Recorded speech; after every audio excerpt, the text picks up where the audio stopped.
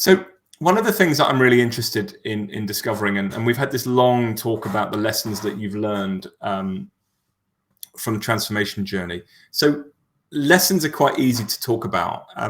You did say earlier on that you're quite you're quite. It's a shared responsibility when mistakes are made, and everybody learns from them. But have you got any examples of where mistakes you've made as a company, or perhaps in your role on the transformation journey? What have they been? Have you got any examples there? No, we're perfect. We don't make mistakes. Of course, of course. And do you know what? The whole industry is perfect as well. No, look, I think I somewhat said it earlier, right? We have to include the business in the decision making and the design of any solution. You Yeah. know, as an example, when we were building our business intelligence platform, right? The business said, we live and breathe through this report. And we're like, well, look, we're gonna do this business intelligence tool, and it's gonna be fantastic, and it has visuals, and it has everything that you need, and with one click, it's gonna give you all these different iterations, right? And you can dissect it in many different ways. So off we go. We build the solution, business intelligence.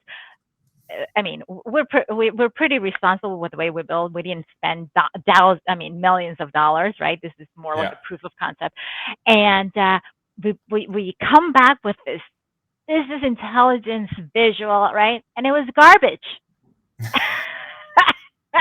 you know, our leasing team, our CFO, I mean, they ripped it apart, right? No. And it was just, I mean, something as simple as there's some things you just really can't change that drastically, and you really ought to take them in the journey. Look, business intelligence, it's a topic that was new not long ago, right? And to take somebody from an Excel report that's, you know, millions of rows, right, and columns of information to something visual, that's a pretty drastic change, right? Yeah.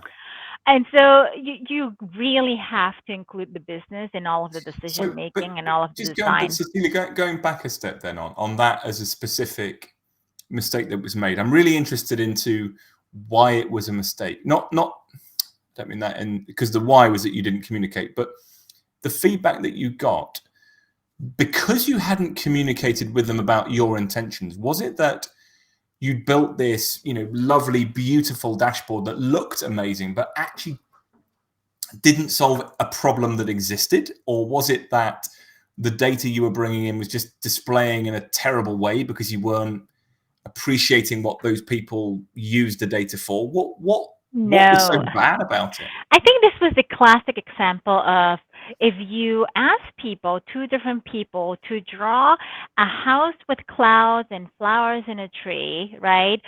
People's take of what that picture is going to look like, it's going to be different. It's going to be similar but somewhat different, right? And now Yeah, if you ask them to draw something completely more complex, right? Forget it. You get two yeah, different complete pictures. And I think this was a classic example of, you know, two different teams looking at a set of data from completely different lenses, right? And thinking that the solution was going to work, right? yeah. Okay. Not so much for the lack of communication, but it was more like, I think this is the same thing, which is not. Yeah, you can't solve everything with one dashboard. No, I totally No. understand.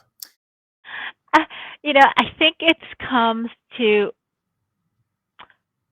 I'll tell you how we fix a mistake, or what the lesson learned is to partner with the right vendor, right? Because Yeah, yeah, not one vendor has all the skills or the right skills. And really, you ought to find vendors that are, or partners as we call them, right? That really get who you are, that really knows their stuff, and that sometimes they, know where the skill sets of your vendor start and where they end, right? Because not one vendor can do it all.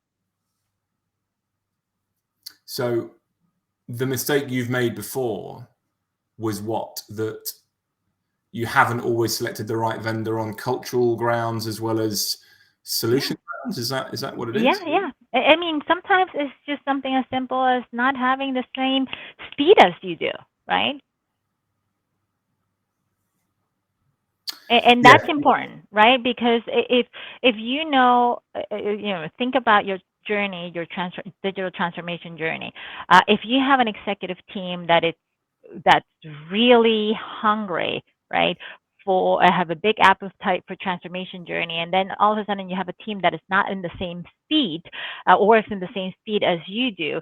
Now your deliverers start falling apart, and now the perception from the client standpoint, it's well, you're just not delivering fast enough, right? So it does impact your journey. It does impact the perception, and ultimately the buy-in and the success of your journey of your digital transformation.